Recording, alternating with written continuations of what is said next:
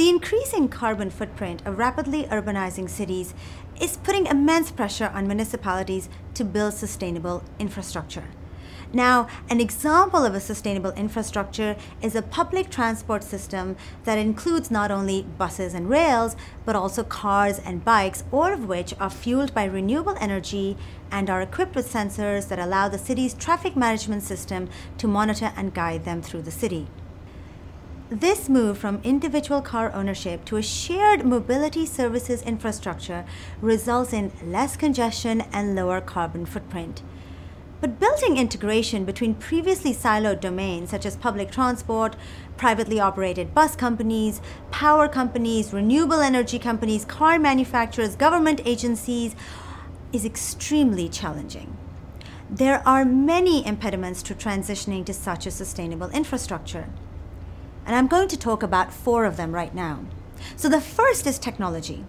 New technologies like electric cars and smart grids are still in development, and we must understand how to refine and improve them to function on an urban scale. The second one is also related to new technologies. Often these technologies are not at a price point that the market can accept. An electric vehicle powered by solar energy is far more expensive than a vehicle that has a combustion engine. And citizens are extremely sensitive to such price differentials. Governments have to offer incentives or wait until the prices of these technologies fall down. Another impediment are the corporate and political interests of those that are already powerful and want to maintain the existing status quo. Organizations that are benefiting from their position in the current infrastructure will always resist innovative models that will disrupt their cash flows. And finally, the citizen herself, and how she uses and reacts to new infrastructures is also completely uncertain. How will she use it? When will she use it? Understanding usage patterns is key to building the infrastructure that will ultimately be popular and effective in a particular culture and city. So how can cities then realistically expect to transition to sustainable infrastructures given all these obstacles? Government policy is central to such transitions. Federal and municipal governments have to proactively subsidize infrastructure experiments. Each of these experiments must have involvement by all the major players required to make it successful: public agencies, private corporations, citizens, and the goal must be to integrate in real-world context, that is, to learn by doing it in the public domain. Many countries are now embarking on such experiments.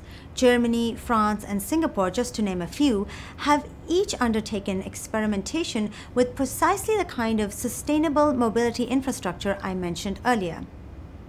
The B-Mobility project in Berlin, for instance, has over 32 stakeholders that have been working together for the past 2 years under a federally subsidized experiment to build an electric car sharing system that will be integrated into the public transport system.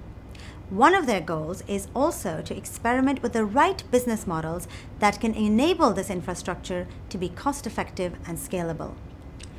Many of these cities are now sharing their insights with other cities, and countries like China are benefiting from experiments in Germany, for example. So building infrastructure prototypes is extremely challenging, but cities can carry out experiments with close involvement and feedback from citizens in order to accelerate the migration to sustainable environments.